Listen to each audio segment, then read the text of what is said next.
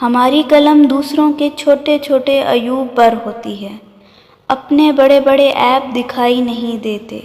اپنے بدن پر سانپ بچھو لٹک رہے ہیں، ان کی پرواہ نہیں، اور ہم دوسروں کی مکھیاں اڑانے کی فکر میں ہیں۔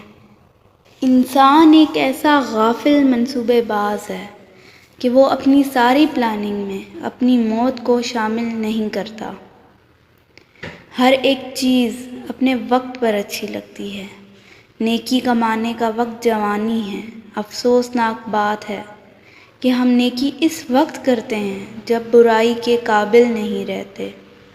جب تم کسی میں کوئی عیب دیکھو تو اسے اپنے اندر تلاش کرو، اگر اسے اپنے اندر پاؤ تو نکال دو، یہ حقیقی تبلیغ ہے۔ میں جانتا ہوں کہ میں کچھ تو ہوں، کیونکہ میرا رب کوئی بھی چیز بیکار نہیں بناتا۔ اگر اللہ نے وہ لے لیا جسے کھونے کا تم تصور بھی نہیں کر سکتے تھے، تو یقیناً وہ کچھ ایسا بھی دے گا جسے پانے کا تم نے سوچا بھی نہ ہوگا۔ وہ دین کسی کو کیا نقصان پہنچائے گا جس میں راستے سے پتھر ہٹانے پر بھی ثواب ملتا ہے۔ فاتحہ لوگوں کے مرنے پر نہیں بلکہ احساس کے مرنے پہ پڑھی جانی چاہیے، کیونکہ لوگ مر جائیں تو صبر آ جاتا ہے، مگر احساس مر جائیں تو معاشرہ مر جاتا ہے۔ مجھے ان لوگوں کی پرواہ نہیں جو میرے دشمن ہیں، محتاط ان لوگوں سے رہتا ہوں جو میرے ساتھ ہوتے ہوئے ذہن میں بغض اور نفرت رکھتے ہیں۔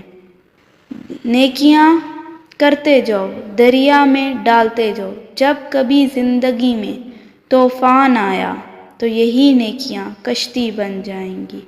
فقط ایک عورت کو دیکھ کر اپنا ایمان کھو دینے والی قوم کے نوجوان اپنے بنیادی حقوق کے اصول کے لیے ایمانی طاقت کہاں سے لائیں گے؟ ڈگریاں در حقیقت تعلیمی اخراجات کی رسیدیں ہیں، ورنہ علم تو وہی ہے جو عمل سے ظاہر ہو۔ میں نے زندگی میں چند باتیں سیکھیں، ماں باپ کے علاوہ کوئی وفادار نہیں، عزت صرف پیسے کی ہے، انسان کی نہیں، غریب کا کوئی دوست نہیں بنتا، انسان جس شخص کے لیے مخلص ہو وہی دکھ دیتا ہے، لوگ اچھی سیرت کے بجائے اچھی صورت کو ترجیح دیتے ہیں۔